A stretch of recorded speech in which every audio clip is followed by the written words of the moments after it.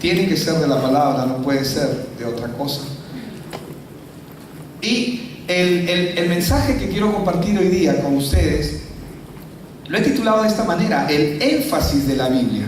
¿Y por qué el énfasis de la Biblia? Estamos a puertas de celebrar,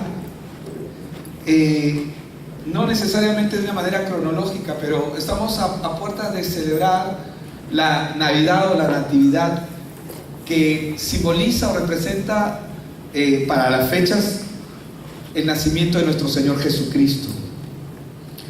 Ciertamente nosotros sabemos que Él no nació en estas fechas, nació posiblemente entre marzo y abril. Eso es lo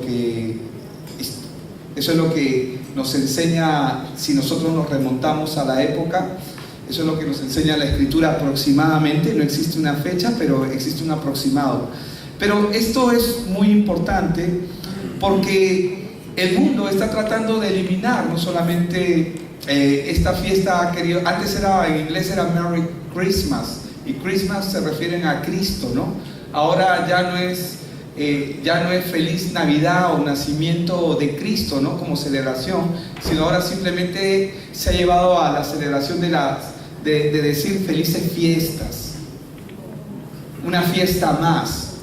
Pero el nacimiento y la natividad de nuestro Señor Jesucristo no es una fiesta más, es la venida del cumplimiento de la promesa de Dios en Génesis 3:15. Y lo que yo quiero compartir hoy día tiene que ver con la palabra de Dios, porque la palabra de Dios es lo que en este tiempo ha sido lo más atacado que ha habido. Vimos en la segunda, en las diferentes épocas y en la guerra mundial, cómo quisieron desaparecer este libro, porque es un libro que tiene letras. Pero ese libro, a diferencia de cualquier otro libro, es el libro inspirado por Dios.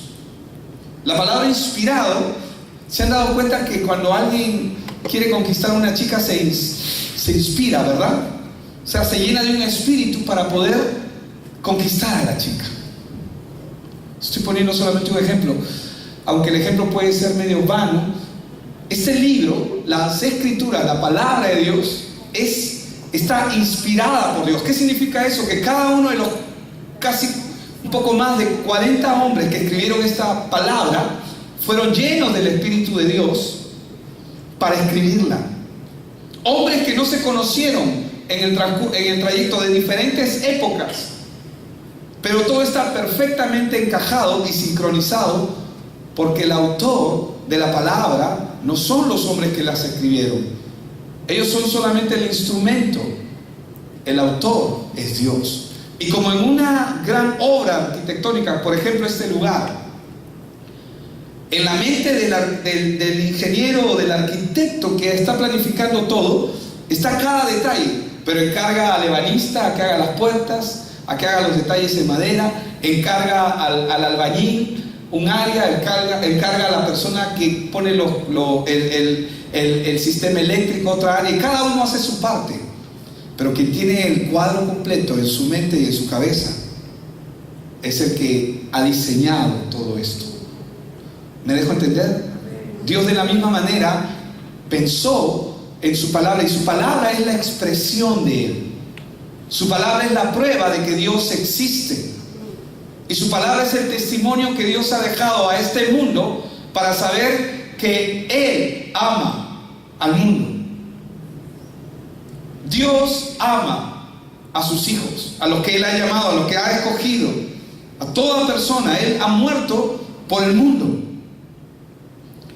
Y tenemos que hacer énfasis en la palabra. ¿Por qué? Porque la palabra de Dios es la obra de Dios.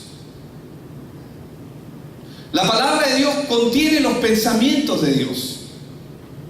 Mis pensamientos ni siquiera se acercan en lo más mínimo a los pensamientos de Dios. Si yo quiero saber cómo Dios piensa, yo tengo que ir a su palabra, porque la palabra de Dios me expresa los pensamientos de Dios.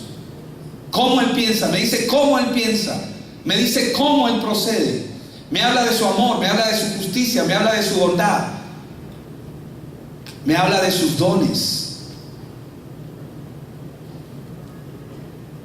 Por eso cada persona que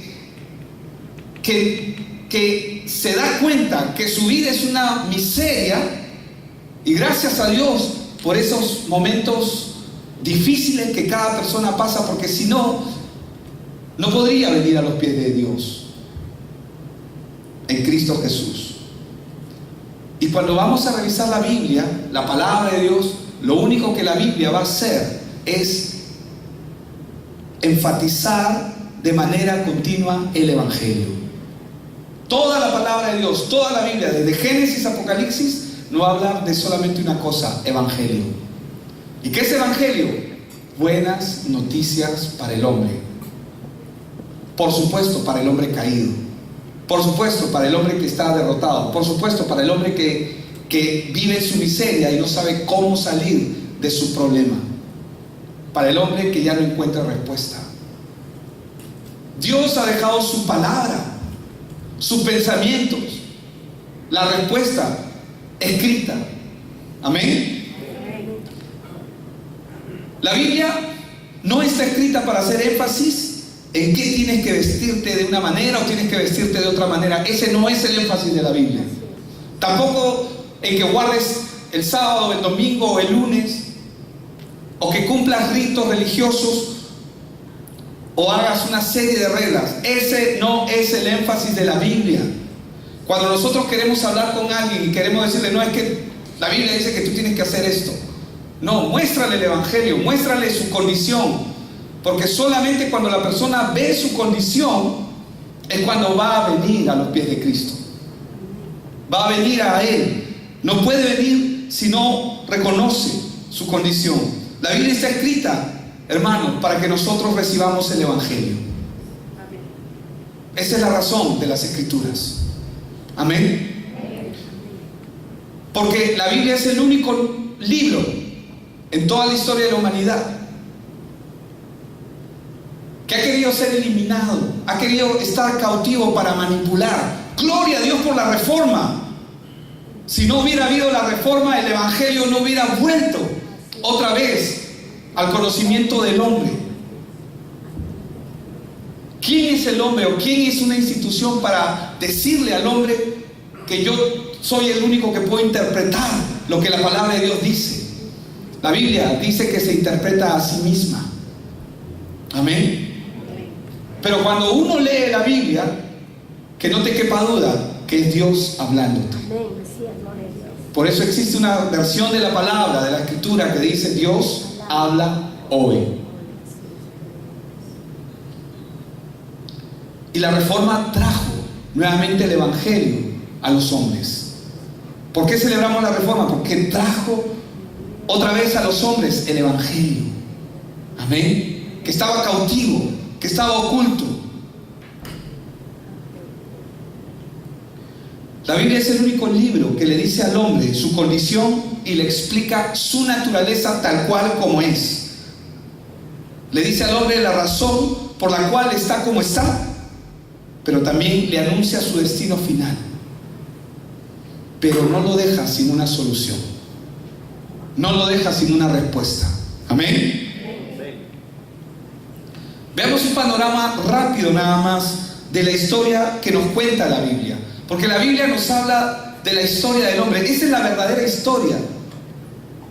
Esa es la verdadera historia de la humanidad que el hombre necesita conocer. En el último libro del pastor Ray Brooks, él expresa que el Evangelio es un derecho humano. ¿Qué significa eso? Que no podemos negarle a ninguna persona sobre esta tierra el derecho de conocer el Evangelio, de conocer por qué está aquí en esta tierra, de conocer su fuente de origen. Ese es un derecho humano, como el derecho a comer, como el derecho a beber agua. Amén. En el principio sabemos que Dios, porque la Biblia lo dice así y lo creemos así, creó los cielos y la tierra y colocó a Adán y a Eva en un huerto, en el huerto del Edén, ¿verdad? Pero vemos a través de la historia que después de la rebelión de ellos, porque ellos se rebelaron, es la verdad, ellos se rebelaron contra Dios. El pecado, el sufrimiento y la muerte por causa de esa rebelión ingresaron al mundo. Pero Dios le dio una respuesta al hombre en Génesis 3:15 de cómo es que iba a ser la salvación. Y Dios escogió luego un pueblo, que son los judíos, a través de quien el Mesías vendría y liberaría al hombre, es decir, a la humanidad entera, del pecado y de la muerte. ¿Por qué Dios escogió a Israel? ¿Por qué escogió al pueblo judío? ¿Por qué los escogió? No porque ellos eran algo extraordinario, no porque ellos eran especiales, porque Deuteronomio 7:7 nos dice que ellos no eran especiales, sino que los escogió para manifestar su poder en ellos, en la humanidad, para que a través de ellos el mundo pueda ver que Dios es real y que Él es el Señor de señores. Amén. Y los escogió también porque a través de ese pueblo iba a venir el Salvador del mundo. El Salvador del mundo iba a entrar a través del pueblo que Dios escogió. Dios envió a su Hijo Jesús, el Hijo que iba a llevar nuestros pecados en la cruz, que muriera, y era necesario que Él resucite de los muertos. Dios nos hizo libres del pecado y del poder de la muerte a través de un único y perfecto sacrificio: Jesucristo. Por eso es que ustedes van a ver que el énfasis de la palabra es Cristo, solo Cristo, Cristo, Cristo, Cristo, Cristo. Amén. Solo Cristo. Pero cuando el hombre no sabe acudir a Cristo, porque el mundo se ha encargado de cegar el entendimiento para que no les resplandezca la luz de las buenas noticias, la luz del Evangelio que hace libre al hombre.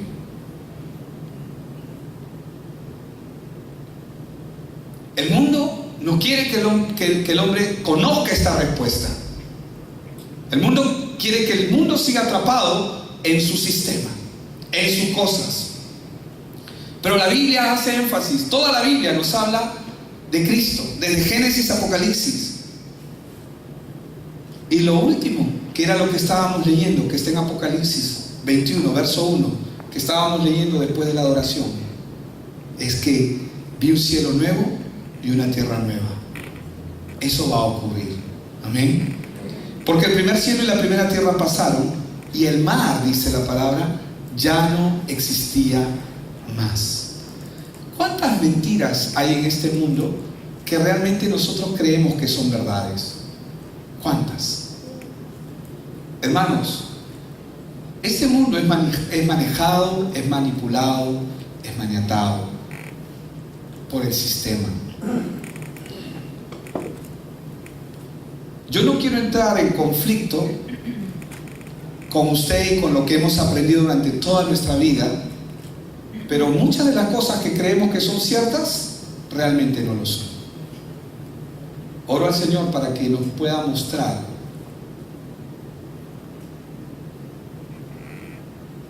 no solamente la verdad de Dios, sino los planes que Él tiene para nosotros. Eso no significa que vamos a seguir caminando con las mentiras, pero vamos a caminar en pos de la verdad. Amén. Entonces, el Evangelio anunciado en la Biblia es la buena noticia de parte de Dios a la vida del hombre. ¿Por qué? Porque el hombre vive un fracaso, que es solamente cuestión de tiempo para que se den cuenta. Infinidad de personas en todo el mundo no le encuentra sentido a su existencia. Tenemos momentos efímeros, momentos buenos, bonitos, pero eso no es todo. Y hay mucha gente que pasa los días sin pena ni gloria. A algunos les toma se hace tortuosa su existencia. Y más si la persona vive atrapada por su pecado. Hay pecados que son conocidos y que la persona sabe que es un problema en su vida, Y hay pecados que la persona posee, pero que no saben que son pecados. Pero lo son. Y lo separan de Dios, como el orgullo, la vanagloria. La gente que cuenta con este tipo de males en su vida no se da cuenta, no lo percibe.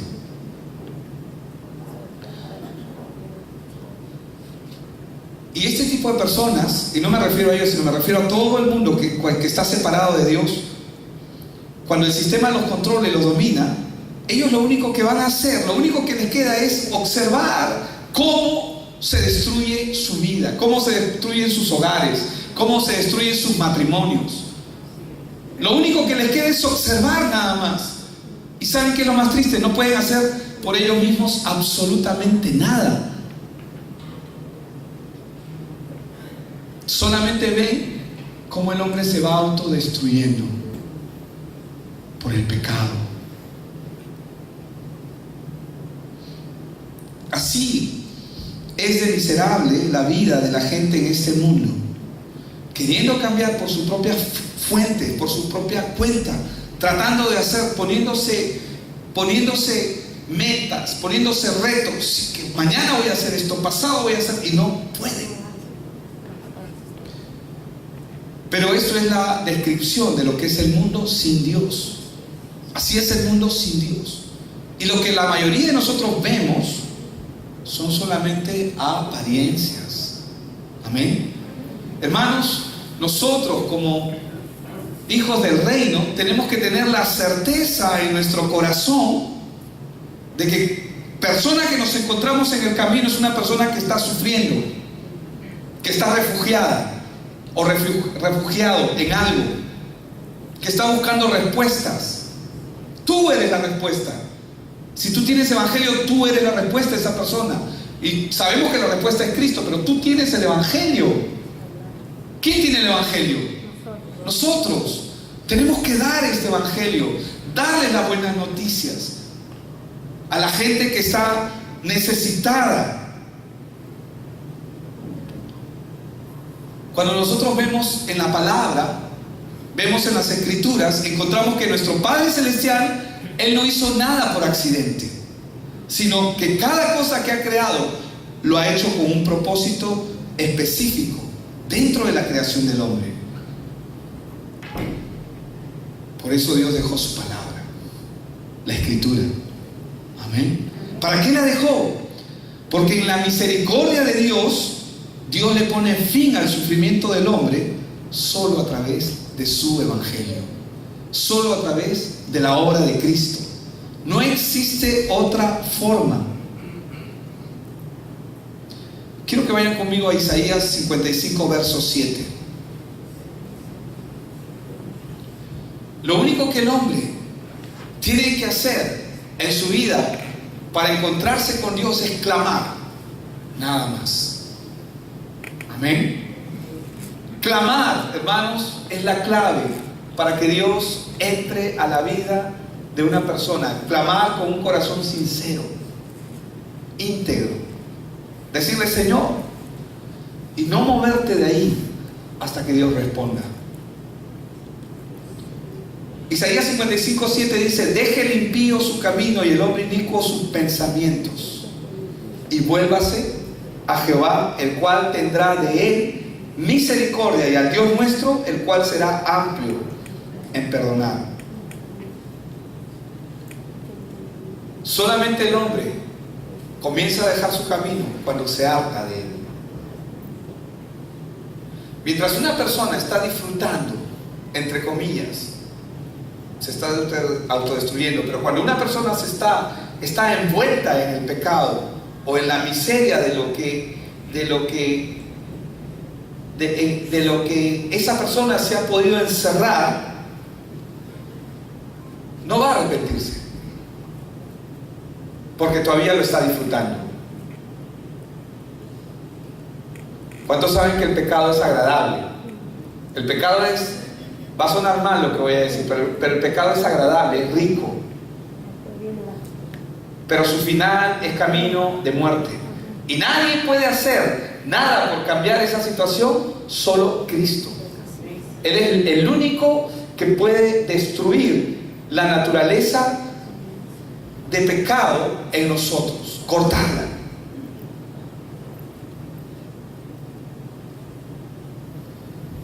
Esta es la razón por la cual la palabra de Dios, a diferencia de todas las religiones en el mundo, es la razón por la cual nos muestra el plan de salvación en Cristo, desde Génesis 3:15. Pastor, tú cada rato repites Génesis 3:15 porque ahí está la respuesta. Él es la respuesta. ¿Pero qué tengo que hacer? Primero, tienes que volverte a Dios. Pero el pastor, yo ya vengo a la iglesia, yo no tengo tiempo. Continúa, escucha la palabra. Escucha la palabra. La palabra va a hacer la obra en ti.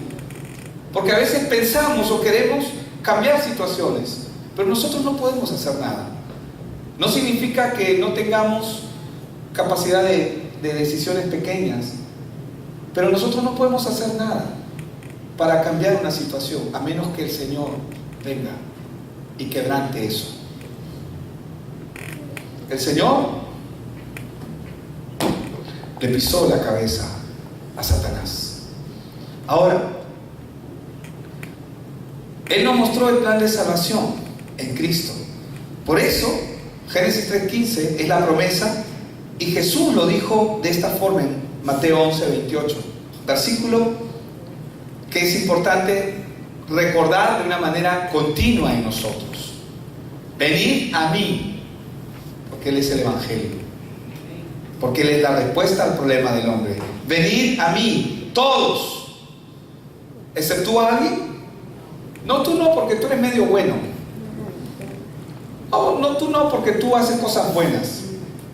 No, venid a mí todos, los que estáis trabajados y cargados, y yo os haré descansar. Por eso el Señor dijo en Juan 14:6, verso que necesitamos también recordar: yo soy el camino y la verdad y la vida. Nadie, diga conmigo, nadie. Así es, nadie va al Padre si no es por Cristo Jesús. Él es el único camino, no hay otro camino. Todo lo demás es una puerta falsa, es una ilusión. Todas las religiones del mundo le dicen al hombre: pórtate bien, haz lo bueno, sé bueno. Y pensamos que eso es que tenemos que ser. Pensamos que yo tengo que ir a la iglesia para ser bueno. No, tú no tienes que ir a la iglesia para ser bueno. Tú tienes que ir a la iglesia para que veas tu condición de miseria. Y la iglesia tiene la responsabilidad de recordarte esa condición, para que sepas que solamente en Cristo tu vida puede ser transformada. No vamos a la iglesia para portarnos bien o para ser mejores personas. Eso es la consecuencia. Vamos a la iglesia después de haber respondido al llamado que Dios hizo en nuestra vida. Verso 7, Juan 14 dice: si me conocieseis, también a mi Padre conoceríais. Y desde ahora le conoces. Tengo mucho eco, ¿verdad? Y le has visto, y le habéis visto. Cuando esa verdad, hermanos, está clara, podremos comprender y entender quién es Cristo Jesús para nosotros. Hermanos, Jesús no es cualquier persona. No es el tipo flaco y pelucón del cual habla una canción, que está bonito como para de repente para que algunas personas sean alcanzadas. Pero Jesús es el Señor. Jesús es Dios. Amén. Él merece todo honor y respeto. Yo le decía a mi esposa: pero él me ha dicho que nos llama amigos. Sí, pero yo prefiero llamarlo mi Señor, me dice mi esposa, como diciendo: no seas confianzudo. Y por un lado no está mal, pero es mejor. Amén. Él es el Señor. Y hermanos, toda la Biblia enfatiza solo el Evangelio, es decir, la respuesta de Dios al hombre, y lo hace de una manera continua, vez tras vez, vez tras vez. Cuando nosotros vayamos a las Escrituras, miremos las Escrituras como la respuesta a mi vida. Tengo un problema, vayamos a las Escrituras como la respuesta a mi problema. La respuesta prioritaria es mi condición. Es decir, cómo estamos en Cristo, nuestra condición. El Señor nos ha salvado, nos ha liberado, nos ha rescatado.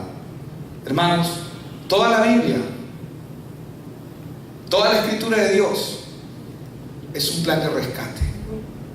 Amén.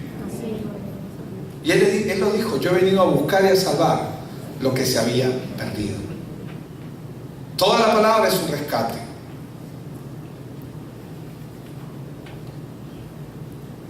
Hay mucha gente que desea interpretar la Biblia a su manera, y no podemos interpretarla a nuestra manera. La Biblia se interpreta a sí misma. En boca de 2 o 3 testigos debe constar toda palabra, toda escritura. Y nuevamente, nosotros tenemos que saber que la Biblia está escrita para que recibamos el Evangelio. Amén. Entonces, cuando una persona necesita recibir el Evangelio, necesita entender el plan de salvación para su vida. Pero un plan de salvación significa que es alguien que está perdido, porque la salvación solamente califica para el que está perdido. El salvavidas es solamente para el que está ahogándose. Amén. El que cree que no se está ahogando, no, tú le vas a dar el salvavidas y lo va a rechazar, porque él todavía: tengo fuerzas, estoy nadando. ¿Cuánto tiempo vas a estar así? Le puedes decir al hombre que se está ahogando: no sé, déjame. Y así mucha gente rechaza el salvavidas, rechaza el plan de salvación a sus vidas porque aún no se están ahogando. Bueno, hay que esperar, hay que ser pacientes. Amén. Un ratito voy a tomar algo y regreso a ver si ya estás listo. Puede sonar mal, pero hermanos, hay que esperar nada más. Amén. Hay que esperar. Mientras Dios nos está dando vida para estar en ese lugar, alrededor de, ¿con quién? Alrededor de ciertas personas, es porque Él tiene un plan. Amén. Por eso Jesús dijo en Juan 5:39: escudriñad las escrituras. O sea, escudriña, medita, carbura, investiga, redarguye en ella, métete, carbura en ella. Escudriñad las escrituras, porque a vosotros, y le decía a los fariseos, a ustedes les parece que en ellas tenéis la vida, pero mira bien, observa bien. ¿Por qué? Porque ellas dan testimonio de Cristo desde el inicio, desde Génesis. Dan testimonio. Amén. Por eso, hermanos, la Biblia es el verdadero libro de historia del hombre. Amén. Es la fuente. Y me encanta lo que dice Ray Brooks, el pastor, cuando él dice, autor del libro Dios no está muerto, Hombre, Mito y Mesías, y también del último libro que va a sacar a partir de marzo, que se llama Human Rights, Derecho Humano, que toda persona tiene derecho al Evangelio. Amén. Ni se te ocurra quitarle ese derecho a nadie. Amén. Entonces, la Biblia es el verdadero libro de historia para el hombre, que le comunica el registro de la obra de Dios desde el principio de la creación en Génesis hasta los cielos nuevos, hasta el cielo nuevo y tierra nueva. ¿Qué es lo que va a ocurrir? Y Él lo dijo, ¿verdad? Porque lo leímos en esa última parte, que escribe: porque esto es cierto, ciertísimamente va a ocurrir. No, que no quepa la menor duda de que eso va a ser así. Pero el propósito de la Biblia también es revelarle al hombre quién es Dios, revelar también su voluntad a la humanidad, porque Él se revela a través de su palabra. Y ¿saben lo maravilloso de la palabra? Es que todo está documentado.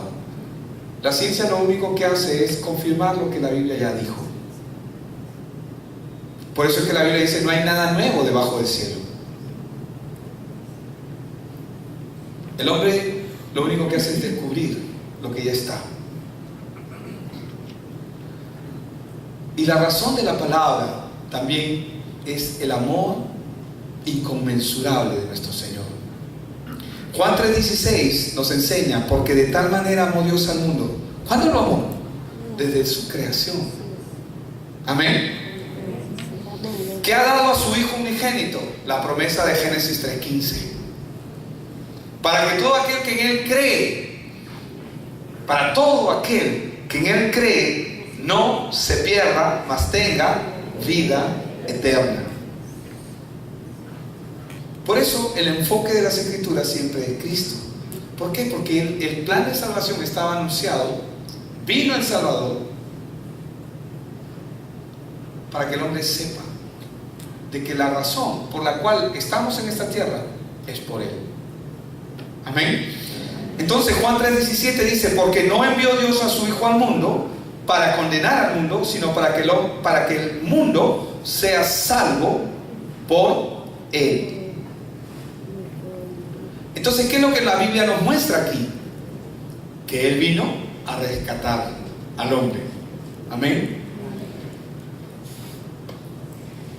La Biblia revela que Dios es el mismo de ayer, es el mismo de hoy y será el mismo de siempre, por los siglos de los siglos. Él no cambia, Él no ha cambiado. Él no dice como nosotros decimos: uy, me equivoqué, uy, metí la pata, uy, hice esto.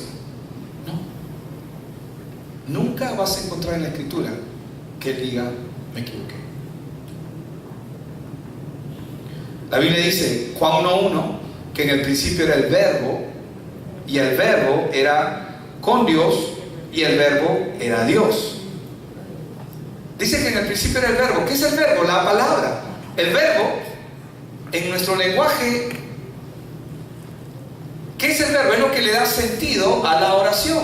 Una oración sin verbo no tiene sentido, porque el verbo expresa, es la parte esencial de la oración que le da sentido y expresa en su conjunto. Ahora, lo interesante es que en el verso 14 de Juan 1 dice: y aquel verbo, es decir, Dios, que en el principio era el verbo, y el verbo era Dios, y el verbo era con Dios, y el verbo era Dios, perdón. Y en el 14 dice: y el verbo fue hecho carne. Es decir, se hizo carne. ¿Te imaginas que tus palabras se conviertan en carne? Tus palabras, todo lo que tú dices, lo va a decir tu palabra hecha carne. Y aquí el verbo dice: se hizo carne y habitó entre nosotros, y vimos su gloria como la del unigénito del Padre, lleno de gracia y de verdad. Entonces, tenemos que entender que la Biblia revela el plan de Dios. Amén.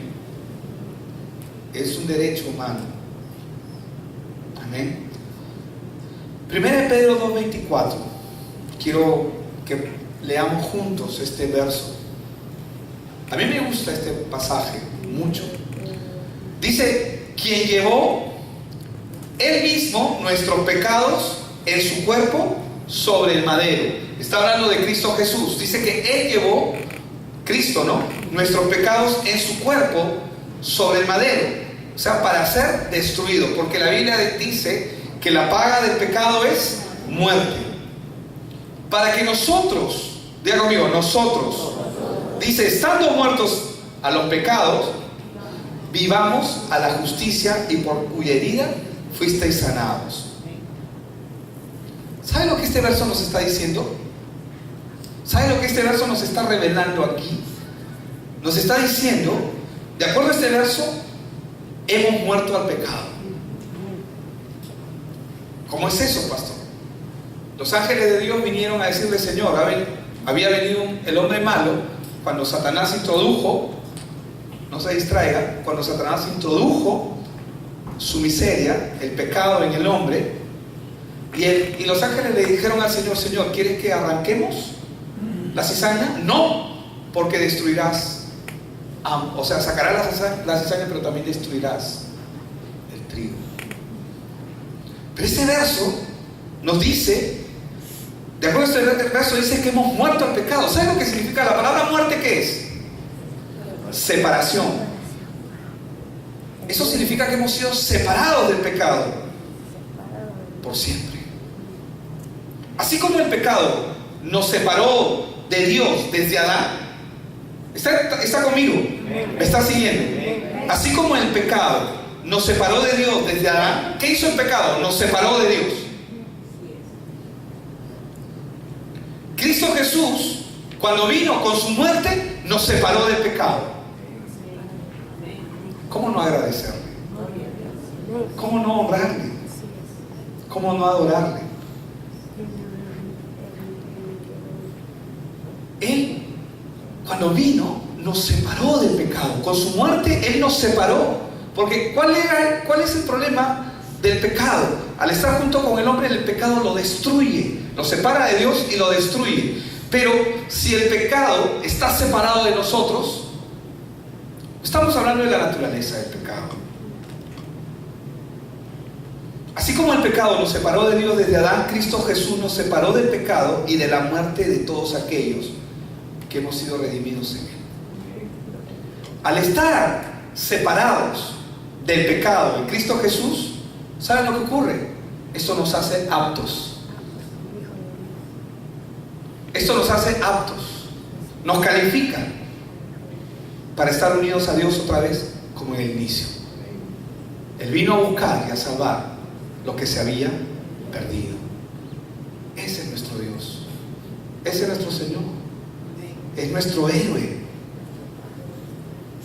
Hermanos, voy a volver a leer ese verso.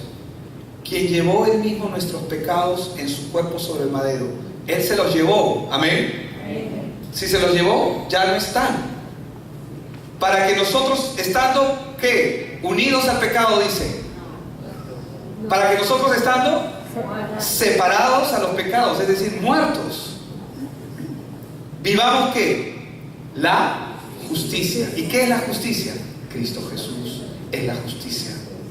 Vivamos la justicia, y por cuya herida, adicionalmente, no solamente nos separó del poder del pecado, nos separó del pecado, sino que lo que hizo adicional es que por sus heridas hemos sido sanados. Podemos apelar a Él. Amén. Entonces, quiero un pasaje más. 1 Corintios, vamos a leer capítulo 15, verso del 1 al 4. Y dice, además, está hablando el apóstol Pablo, además dice, os declaro, hermanos, el evangelio que os he predicado, el cual también recibisteis, en el cual también perseveráis, por el cual asimismo, si retenéis la palabra que os he predicado, sois salvos, si no creísteis en vano. Porque primeramente les he enseñado lo que asimismo recibí, que Cristo murió por nuestros pecados, conforme a la historia de la humanidad. Esta es la historia. Amén. ¿Saben lo que eso significa? Que el pecado es historia, el poder del pecado. Amén. Y que fue sepultado, y esto es glorioso, porque primeramente os he enseñado, dice, lo que así mismo recibí, que Cristo murió por nuestros pecados conforme a las Escrituras, y que fue sepultado, y que resucitó, dice, al tercer día, conforme a las Escrituras. Este verso nos enseñó que Cristo murió por nuestros pecados. Todos los que estamos acá, en algún momento también vamos a morir por esa naturaleza de pecado que fue sembrada en el cuerpo que quedó contaminado. Eso fue lo que ocurrió, y eso es lo que va a ocurrir con toda persona que nace en este mundo. Todos van a partir. Pero Jesús resucitó al tercer día. Amén. ¿Sabe por qué resucitó? Porque la muerte no podía retenerle. ¿Por qué no podía retener la muerte a Jesús? O sea, la muerte no podía separar a Cristo Jesús de Dios. ¿Por qué no podía? Porque Jesús nunca pecó. Se hizo pecado, que es muy diferente, pero nunca pecó. Entonces la muerte no podía retener a Cristo Jesús.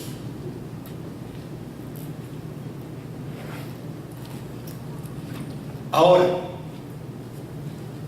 como Cristo Jesús resucitó y la muerte no podía retenerlo, vamos a morir con este cuerpo físico. Amén.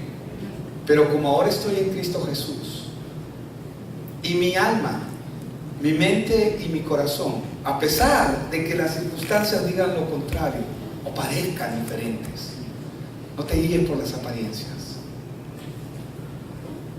He sido separado de la muerte, del pecado y por lo tanto de la muerte. Por lo tanto, cuando Cristo venga en su venida, la muerte no podrá detenernos. Cuando hablo de muerte, estamos hablando de la separación del hombre eterna de Dios. Por eso que cuando Cristo venga, los que estamos en Cristo, los muertos en Cristo resucitarán primero. Dime si eso no es glorioso. Eso es espectacular. La muerte ya no puede separarnos. Esa segunda muerte ya no puede separarnos, porque el poder del pecado fue destruido. Por lo tanto, la muerte ya no puede separarnos de Dios. Lo que nos queda a nosotros en su venida es resucitar para estar con Él. Por eso es que Pablo puede contar con gozo y decir en 1 Corintios 15, 55, dice: ¿dónde está, oh muerte, tu aguijón? ¿Dónde está tu poder? ¿Dónde está lo que hacías? ¿Dónde está, oh muerte, tu aguijón? Oh sepulcro, ¿dónde está tu victoria? Porque tú pensaste que los mataste, pero no los mataste. Amén. Porque cada uno de ellos está vivo en Cristo. Y cuando Él venga en su venida, estaremos con Él, pero con un cuerpo glorificado. Porque este cuerpo ya no tiene parte ni suerte. Este cuerpo es polvo, se va a ir al polvo. Pero el cuerpo que Él nos va a dar para poder cumplir la promesa que vimos en Apocalipsis 21. Ya que el aguijón de la muerte, dice el verso 56, es el pecado. Es decir, el poder que tenía la muerte es el pecado. Y el poder del pecado, la ley. Porque ninguno de nosotros podíamos, ni podemos por nuestra propia fuerza cumplir la ley. Por eso es que la ley ya no nos rige. Por lo tanto, el pecado ya no tiene lugar en nosotros. Sino ahora estamos bajo la gracia. Mas gracias sean dadas a Dios, que nos da la victoria. ¿Por medio de quién? ¿Por medio de quién? De nuestro Señor Jesucristo. La victoria la tenemos solo a través de Cristo. Amén. Está en la obra de nuestro Señor Jesucristo. En Cristo Jesús hemos sido destinados a salvación. A salvación eterna. Amén. Por eso es que vemos muchos ejemplos en la Biblia. Antes que te formase en el vientre te conocí, y antes que naciste te santifiqué y te di por profeta a las naciones. En el verso 8 le dice en Jeremías 1: no temas delante de ellos, porque yo estoy contigo para librarte, dice Jehová. Sé que Dios le está hablando a Jeremías ahí en su llamado, pero es un llamado que nosotros tenemos también en Él, porque nacemos por su voluntad. Cuando nosotros nos dejamos encontrar y tratar por Dios, Él va a comenzar a revelar sus planes. Amén. Quiero terminar con el libro, si puedes ponerlo, Apocalipsis 21, por favor. Nuevamente, verso del 1 en adelante. Y poder ver: y vi un cielo nuevo y una tierra nueva, porque el primer cielo y la primera tierra pasaron y el mar ya no existía más. Y yo, Juan, vi la santa ciudad, la nueva Jerusalén, descender del cielo de Dios, dispuesta como una esposa ataviada para su marido. Y oí una gran voz en el cielo que decía: he aquí el tabernáculo de Dios con los hombres, y Él morará con ellos, y ellos serán su pueblo, y Dios mismo estará con ellos como su Dios. Enjugará Dios toda lágrima de los ojos de ellos, y ya no habrá muerte. Amén. Ya no habrá muerte, ni habrá más llanto, ni clamor, ni dolor, porque las primeras cosas pasaron. Eso es lo que se viene. Y el que estaba sentado en el trono dijo: he aquí, yo hago nuevas todas las cosas. Cada persona que viene a Cristo recibe toda esta bendición, pero no lo sabe, no lo entienden y no conocen. Lo primero que tienen que entender es su condición y por qué necesitan a Cristo. escribe. Y me dijo, escribe porque estas palabras son fieles y verdaderas. Y me dijo, hecho está. Yo soy el alfa y la omega, el principio y el fin. Al que tuviere sed, yo le daré gratuitamente de la fuente de agua de la vida. Vamos a orar. Padre, te damos gracias.